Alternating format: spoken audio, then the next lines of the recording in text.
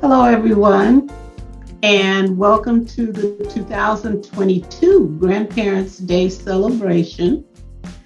My name is Paula Williams, and I am a member of the Mayor's Council on African American Elders, and I am your MC for today's program. I suppose you could consider me a grandmother. My daughters, between them, have 3 dogs and 3 cats. And those are my little 4-legged grandchildren. I don't have any little hairless ones, so that's it. This year's theme is grandparents rooted in culture, wisdom, and love.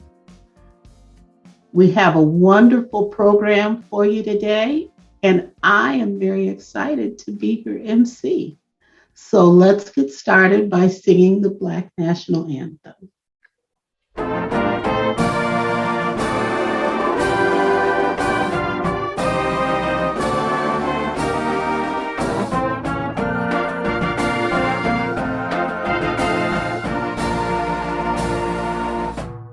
Lift every voice and sing till life and heaven ring with the harmonies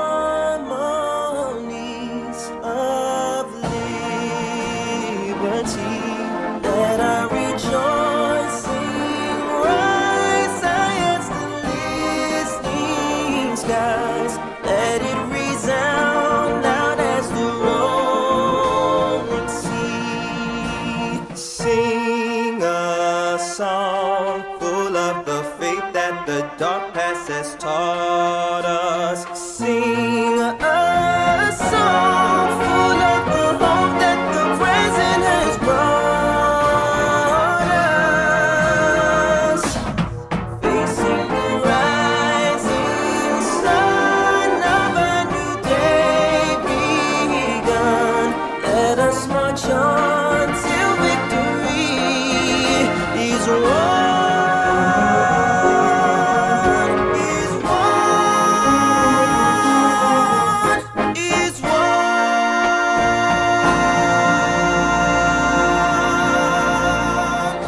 Many thanks to the museum's African Community Ensemble for the beautiful rendition of the Black National Anthem.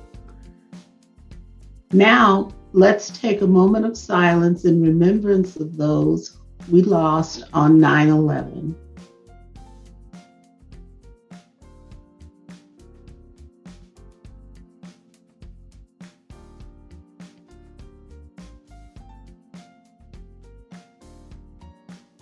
This is our 4th annual Grandparents' Day celebration, and we are so pleased to host this event with our partners who will provide the opening remarks.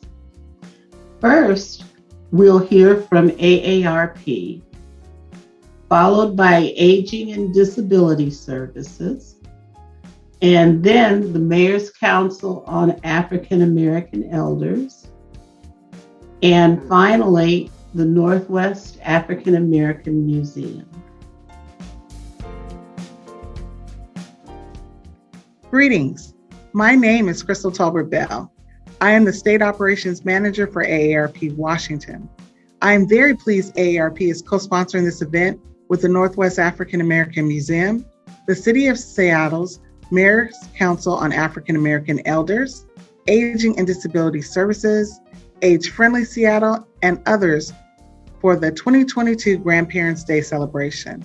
This is our 4th year of our partnership, and every year the goal is to surprise, delight, and give honor to grandparents. AARP Washington would like to give special acknowledgement to Ms. Lanisha DeBartoleben as the President and CEO of the Northwest African American Museum. Additionally, we want to acknowledge one of our amazing volunteers, Ms. Zelda Fox Hall, who is the featured speaker today and has volunteered with AARP for many years. And to each of you, we are happy to be here supporting such an important event. When I think about grandparents, I think about their innate ability to be nurturers, keepers of family history, and the tie that binds members of the family together. I am grateful to have benefited from this kind of love from grandparents, and I'm fortunate my children have experienced this kind of love from grandparents as well. I am honored today as I can truly personally celebrate this year, as my husband and I became new grandparents last October. This day now includes us. And this is what the Northwest African American Museum does for our community. They are memory keepers, and through their programming, they strengthen and bring people together as a community. In doing this, they show us what ties and binds us together. Enjoy the day and this experience, and thank you.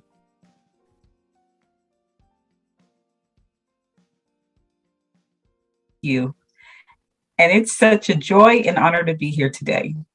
I'm Mary Mitchell. I direct the Aging and Disability Services Division of the Seattle Human Services Department. I was interim director for more than a year and a half, and recently, following a nationwide search, I was delighted to accept a permanent appointment. One of the reasons I'm happy to hold this position is the City of Seattle's commitment to race and social justice, and the Seattle Human Services Department's commitment across its key impact areas to ensure that people of color do not experience disparities. Aging and Disability Services is the area agency on aging for Seattle and King County, and we staff the Mayor's Council on African American Elders. I want to give a shout out to Karen Winston on my staff for her great work on today's event. My grandparents, Mary and Dewey Hunter of Seattle, Washington, and El Zeta and Odie B. Lowe of Idabel, Oklahoma, played a key role in my upbringing. While they were separated by 2,188 miles, their values and love of family were the same. I hope as a new grandmother, I can have the same impact on my 23-month-old granddaughter, my ladybug, the love of my life. The work we do in ADS includes not only services and support for frail and vulnerable older adults, but support for caregivers, people who are caring for an older family member or spouse, and kinship caregivers, the grandparents, aunties, uncles, and others among us who are raising a younger family member. Services are easy to access. We coordinate and fund community living connections to provide free, confidential information about local resources. Anyone can call: older people, adults with disabilities, caregivers, and family members. The toll-free number is 844-348-5464. Calls are confidential and free of charge. Again, Community Living Connections, 844-348-5464. I look forward to today's program, and happy Grandparents' Day to all. Thank you.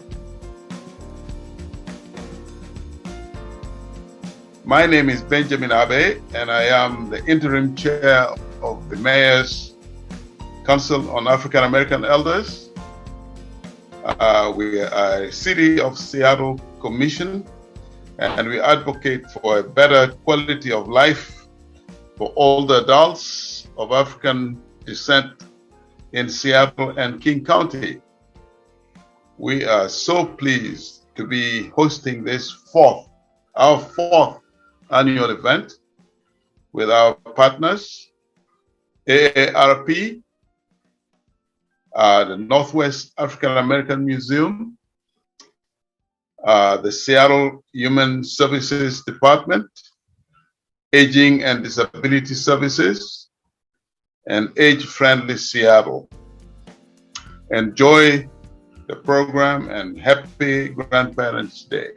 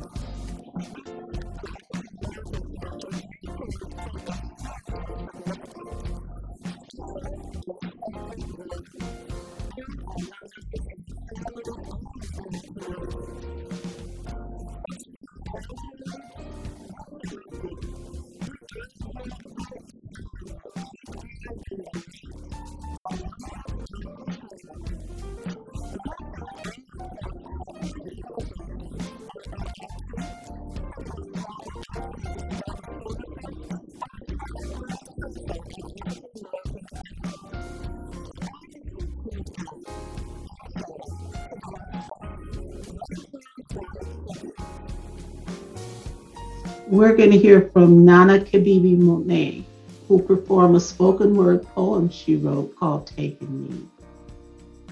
Kabibi Monet is a native of Seattle and the executive and artistic director of the New Black Arts West Theater. That is the oldest African-American theater company in Washington State. She's affectionately called Nana Kabibi by her grand and great-grandchildren. Ms. Monet is the first African-American to be president of the American Federation of Television and Radio Artists. Most people know it as AFTRA, in Washington, Tri-Cities, and Oregon. She's an accomplished writer, actor, singer, and director. And now, Nana Kabibi, Taking Me.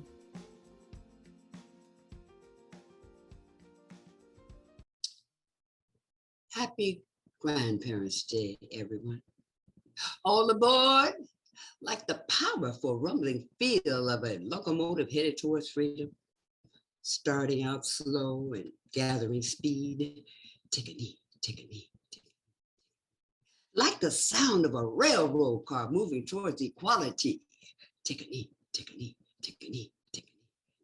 I love your determination to be free, but why should I take a knee, take a knee, take a knee, take a knee? I realize you've been dehumanized by a system full of all sorts of lies, with false accusations and out humiliations fed to the world with determination to keep us down, face down, on and into the ground. Take a knee, take a knee. I stand accused of not setting you free, but I still see no reason to take a knee, take a knee. Free to build and thrive, take a knee. Free to be alive, take a knee. Free from improper incarceration, take a knee. Free from all forms of misappropriation, including ongoing, hateful humiliation. If you stand for peace, love, and harmony, take a knee. If you think we should all be free of poverty, take a knee. If the murder of children in our schools is wrong, take a knee. If the killing of Black people should not go on, been done for far too long, take a knee, take a knee, take a knee, take a knee. Make things right and set yourself free with liberty and justice for all. Zelda Fox Hall is a professional storyteller and has been telling stories since 1994 at storytelling festivals, churches, and schools. In 2008, she transitioned from telling stories to doing in-character vignettes of historically significant African-American women through a performing arts company she co-founded called 'Cause It's Art. Through Zelda, these women are stepping forward to tell their own stories of how they overcame the tremendous odds of poverty, racism, and ignorance to climb to the top of their fields. She has portrayed powerful women such as civil rights activist Fannie Lou Hamer, Mae Jemison, former NASA astronaut on the Space Shuttle Endeavour, Zora Neale Hurston, author of the book Their Eyes Were Watching God, and Shirley Chisholm, the first African American woman elected to Congress in 1968. Zelda has meticulously researched each character's vignette she performs, so we are in for a real treat. Today, she will perform a portrayal of her grandmother, Alva Lee Wise Simmons. Zelda? Good afternoon. How y'all doing? I am so happy to be here with you. I've looked forward to it. It's just a special occasion. Now, my name is Alva Lee Wise Simmons. Yes, and I am known as the First Lady of St. Res Baptist Church. And I am a proud grandparent. Oh, yes. Now, people fondly refer to me as Mother Alva. And they refer to my husband, or I refer to my husband, as Johnny or John B., depending on my mood, you know. Now, we are both proud grandparents, and we've lived through some trying times. And that's why we feel that it is important as grandparents to serve as examples for the children, not only our grandparents, but all of the children in the community. Because you see, we all have to fight for a better future. Now, let me tell you a little bit about me and my husband. Now, before my husband, John B. Simmons, before he became a pastor of St. Res Baptist Church in Shreveport, he had a 30-year career as a Pullman porter. Yes, he did. And he was a member of the first all-Black union, A. Philip Randolph, the Brotherhood of Sleeping Car Porters. And they were a very important group during the Civil Rights Movement. Absolutely. They made a lot of changes. And all of the people that were privileged to be in that union, they were able to come into the middle class, bring their families into the middle class. It was a really big deal. He was a Pullman porter for 30 years. Now me, well, I wasn't as fortunate. I had to work, and I worked as a domestic for a prominent family in Shreveport for many, many years. But see, what you got to understand is that during our time, when we was coming along, we didn't have a lot of career options, you know. Basically, the men could be ministers, the women could be teachers or nurses' aide or unskilled laborer, things like that. Very limited choices. That's why we work so hard to tell our children, you got to go to school, get an education, and you got to always be fighting for your rights to move forward. It's important. Now, even though we were growing up in a segregated society, we're storytellers, we grandparents. And our children, they don't know a lot about that. They should, but it's up to us to tell them about that segregated society. When me and my husband grew up, there were segregated schools, segregated churches, segregated restaurants, segregated bathrooms, segregated water fountains, segregated movies, segregated department stores. You see what I mean? Our children need to know about that, because that wasn't that far, wasn't that long ago. Absolutely not. That's our role as grandparents, pass on that information.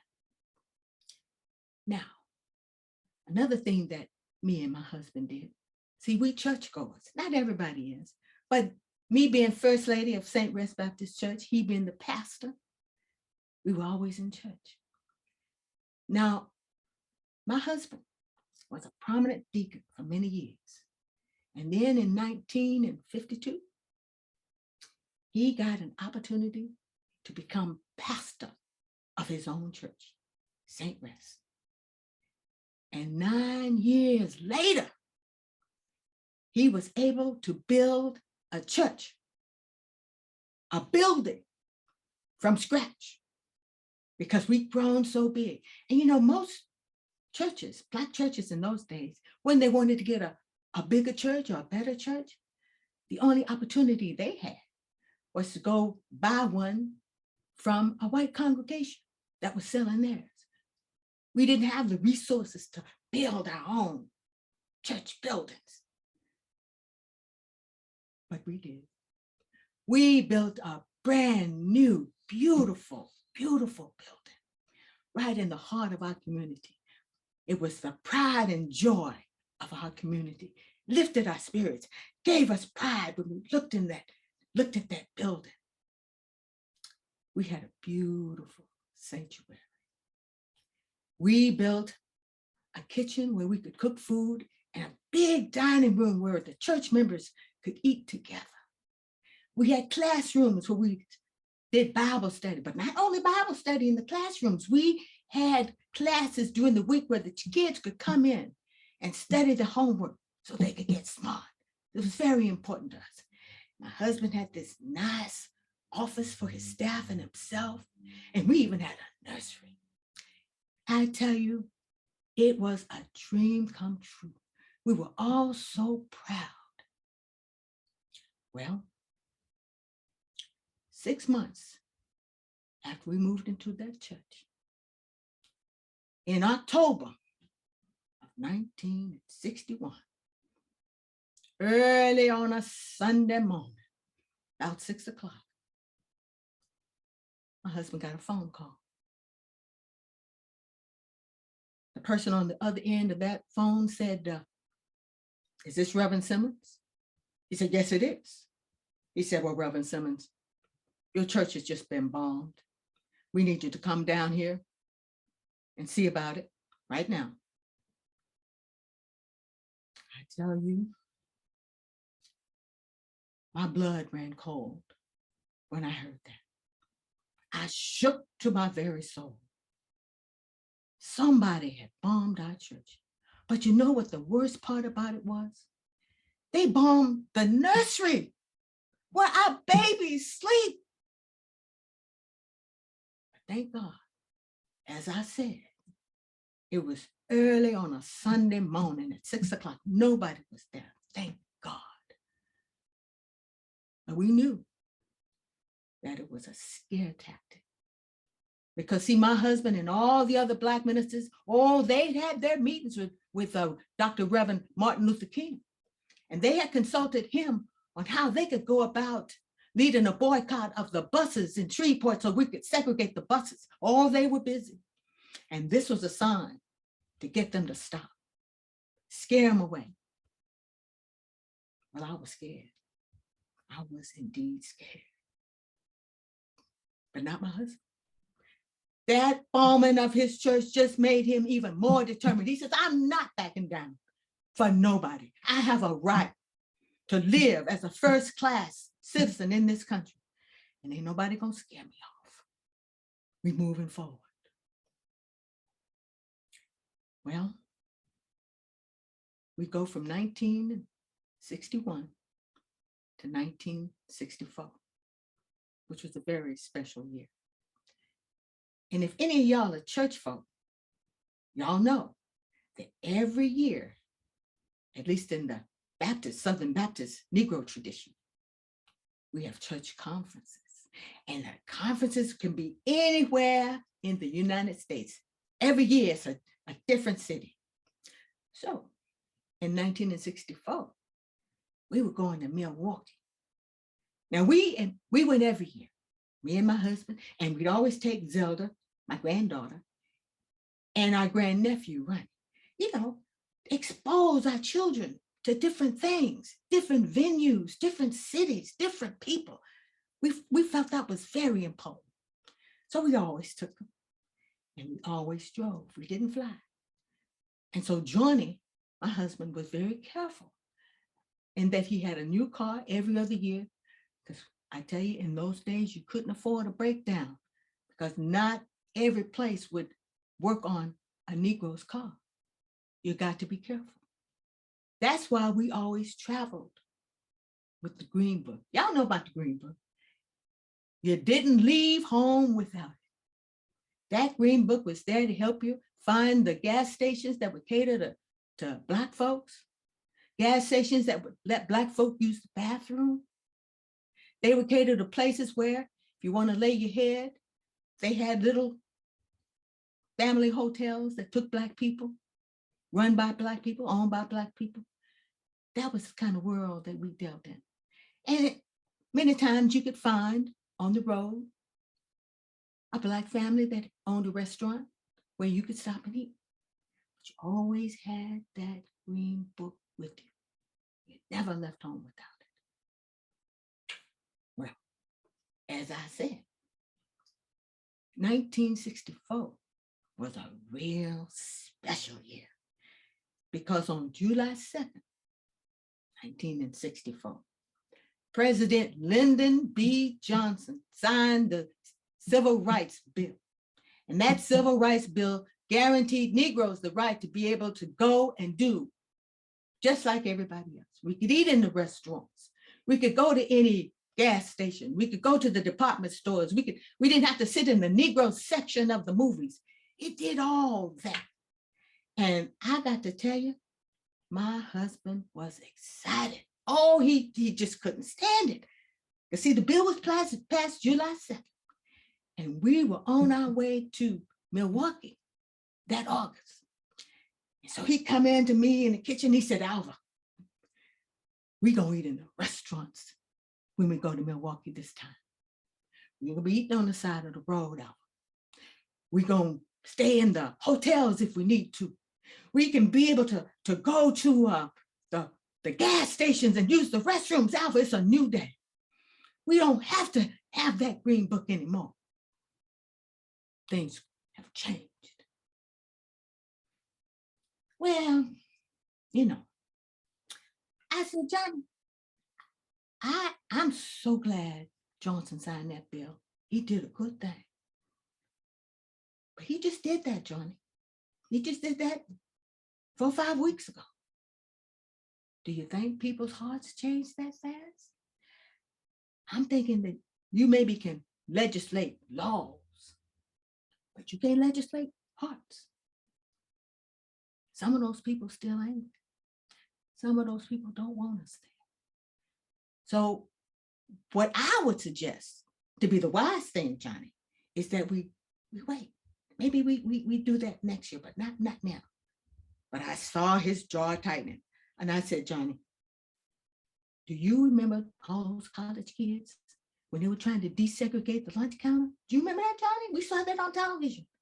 They were Black college students as well as white college students. And the police came in there and clubbed them and drug them out and put them in jail. Johnny, we would not survive anybody clubbing us. And we got our grandkids with us. Do we want to put them in harm's way? I just don't think it's wise. His jaw was set. He didn't want to talk about it anymore. Well, on the day before we were to leave on that trip, Johnny had all kinds of things he had to do at the office at the church. So he spent all day down there. So as soon as he left, I got busy doing what I always did before a trip. I was frying chicken. I baked some biscuits. I made a delicious pound cake. And I called my granddaughter and I said, Zelda, I want you to do something for me. Do something for my family. Here, take this money. And I want you to go down to the store and get some chips. You can get any kind of chips you want. And I want you to get some Coca-Cola and get some fruit. Oh, and I love orange crush. Get a little bit of that. Well, she had this curious look on her face. And she said, Mother Alva, I thought Dad said, my granddaddy said we were going to eat in the restaurants. Why are you making food and sending me down to get stuff? Well, I know that, Zelda, but you need to do as I ask. All I'm asking is that I'm giving you the money. I don't need any questions or any lip. Just go down to the store and get what I asked you to get. Can you do that for me? Thank you. You know, she made me feel uncomfortable because I was scared, but I didn't really want to show it. Anyway, I get everything packed up and I keep the ice chest hidden from John B. And then I get Zelda to help me get it in the trunk. John B saw us trying to drag that ice chest in the trunk. He said, Alva, I told you we are eating in the restaurants. We're not eating on the side of the road. We don't have to do that. Why do you have this food here, Alva? I said, Johnny, you gonna be glad I have this food because a lot of those places are not gonna serve us. So what we gonna do? We need to have our food, Johnny. We got the kids here. We need to be safe and we need to think ahead. So we all got in the car. It was a tense moment. We got to drive. We drove 4 or 5 hours till we got to Memphis. And Johnny says to the kids, anybody hungry? And you know, kids, yes, indeed, they are always hungry. And they were excited because, see, they'd never eaten in an integrated restaurant either. So he said, we going to a really nice restaurant. So Johnny drove in, he turned into this parking lot. And the parking lot, the place where he turned in was real close to the big windows in the restaurant. And so I could see inside the restaurant as the car went past. And I said, Johnny, I don't see any Black faces in that restaurant. I don't think it's a good idea that we go in there, Johnny. He didn't say anything. He just went on and parked the car. And then he said, all right, kids, let's go. Honey, those kids got out of that car lickety-split. Oh, they were so excited. And then my husband turned to me and he said, Alva, are you coming? I said, no, Johnny, I'm not coming. I told you I don't think it's safe. I don't think it's wise. I don't see any Black people in there. I just don't agree that you're doing the right thing. I think you're stubborn. He didn't say anything. Johnny and the kids just went on into the restaurant. Now think of this. Have you ever been to Memphis in August and you're sitting in a car? Get pretty hot. Now the radio said it was 102. But in that car, I felt like it was 150. I got to rolling down all the windows. But I still felt I was suffocated. So I got to cracking open the door, trying to get more air in. Oh, it was hot. I said, oh, I don't know how long I can take this. Well, just then I looked up and here comes Johnny. I said, well, finally, this man has come to his senses. This is ridiculous. But there were no kids. I didn't see Zelda and I didn't see Ronnie. I said, Johnny, I know you didn't leave those kids in that restaurant. He said, Alva, the kids are fine. I came out to the car to get you. It's too hot to sit in the car. Everything's fine in the restaurant and you're coming in. So I let him lead me into the restaurant. But I didn't look up. I didn't look at anybody's faces because I just didn't want to see any hostile faces. You know what I mean? I just didn't want to see. That would unnerve me. So I let him lead me to the table. And I sat down. And when I looked up, I saw Zelda and Ronnie.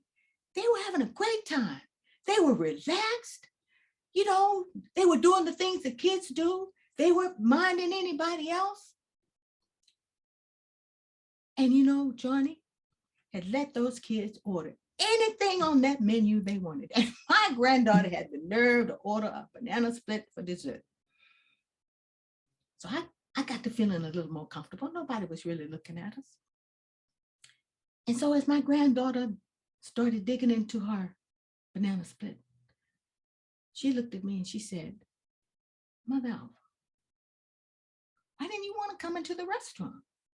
Isn't this what we work for? Why aren't you happy that we can eat in the restaurants? I mean, you've always told us that we work hard and we deserve to be first-class citizens. We deserve to go and do everything that everybody else does. So, why didn't you want to come in? I don't understand. Well, I didn't want to admit to her that even though I talked about courage, at that moment, I was afraid. At that moment, I wasn't walking my talk. And I had to admit that to her. But I said, the one thing that makes me feel good is that even though Mother Alva may not have walked her talk in this instance, you're walking yours. I think I've taught you well. She says, yes, Mother Alva, you always taught us that a whole lot of folks gave their lives, put their lives on the line so that we could have a better future, so that we could do these things. That's what you taught us. I said, indeed I did. And so from that moment on, I reclaimed my courage. And I started eating in restaurants frequently. I went into the department stores and I asked to try on dresses. And I wasn't afraid to, and I wasn't going to back down. I asked to try on shoes. When I went to the movies, I went up to the concession stand that served everybody. I didn't shy away because too many people have given their lives for us to do and be able to be first-class citizens in this country. And so I want to say to you, as grandparents, we're storytellers. We're the keepers of the culture. We provide wisdom. We provide love. We may falter sometimes, but we get back up because it's important for us to be examples for our grandchildren. It's important for us to show that we are profiles in courage.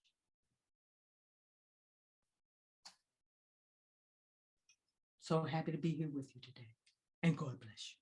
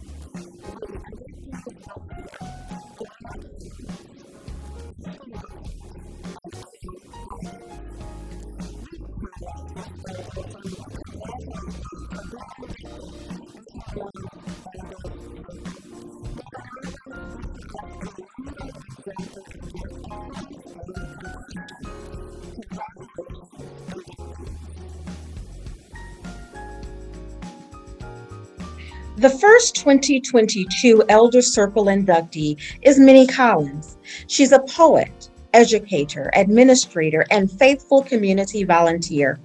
Mrs. Collins is the author of several books and is a member of the African American Writers Alliance of Seattle. She served as an award-winning English tenured faculty at Seattle Central College, and she has taught at Bellevue College and the University of Washington. Mrs. Collins served on the initial planning committee for the Northwest African American Museum and has served as a NAM docent and donor. She has a bachelor's degree from Virginia Union University, a master's degree from George Washington University, a Washington's Principal Certificate from Seattle University, and continues her lifelong learning during her 6-continent travels. The intersections of diversity, inclusion, equity, and preserving nature are her passions. She believes that joy flows from solidarity. Congratulations, Mrs. Minnie Collins, on your induction today into the Elder Circle. The next 2022 Elder Circle inductee is Esther Mumford. Family history has always been important to Esther Mumford. As the great-granddaughter of the enslaved, she has been involved in civil rights activism nearly all of her life. As a member of the Congress of Racial Equality, or CORE, her involvement including making signs, picketing, and engaging in nonviolent direct action. When Mrs. Mumford graduated with a BA in political science in 1964 from the University of Washington in after negotiations by CORE, she was hired by Carnation Milk Company to work on their order desk, becoming the first and only African American employee. With a mutual desire to preserve the history and art of African Americans in Washington, a group met at the Mumford's home in 1977. This committee became the Black Heritage Society of Washington State. She has been a member of the Northwest African American Museum's Program Committee and the Wing Luke Immersion Committee, among many other community involvements. Congratulations, Mrs. Esther Mumford, on your induction today into the Elders Circle. The final 2022 Elder Circle inductee is Al Doggett. Al Doggett was born in Brooklyn, New York, where his interest in art began in childhood with encouragement from his mother. He was inspired by the art he saw in books and magazines. He studied at the Fashion Institute of Technology in New York City, majoring in illustration and graphic design. After completing his further studies at the Art Students League, he was drawn back to the Pacific Northwest, where he had visited relatives a few years earlier and had been inspired by the scenic beauty and open spaces of the region. So he moved to Seattle, where he opened the Al Doggett Studio, providing artistic services to the commercial art community.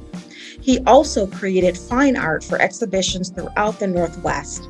He gained a reputation as an artist and received numerous awards and citations. His other artistic pursuits include commissioned works, portraits, and outdoor public art. Mr. Doggett has served as a mentor to the Northwest African American Museum's youth curators. Congratulations, Mr. Doggett, on your induction today into the Elders Circle. All 3 inductees are each receiving a beautiful glass plaque that reads, Elders Circle Inductee. We celebrate your dedication and extraordinary selfless service to the Pacific Northwest region. We honor you because you exemplify the best of Black excellence. Thank you for your wisdom, selflessness, and love for our community. Presented by the Northwest African American Museum, September 11, 2022. Congratulations.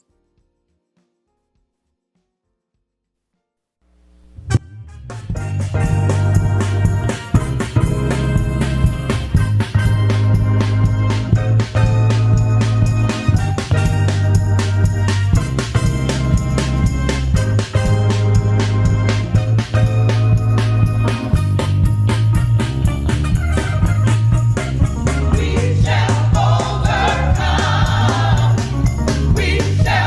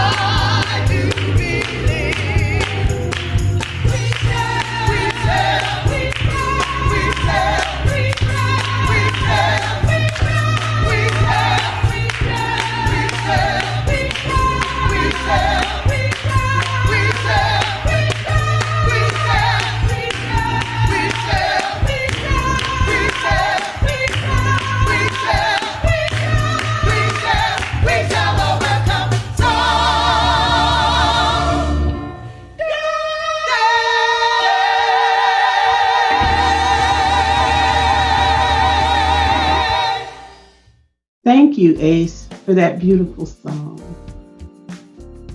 We've come to the end of our program, and I hope you've enjoyed it as much as I have.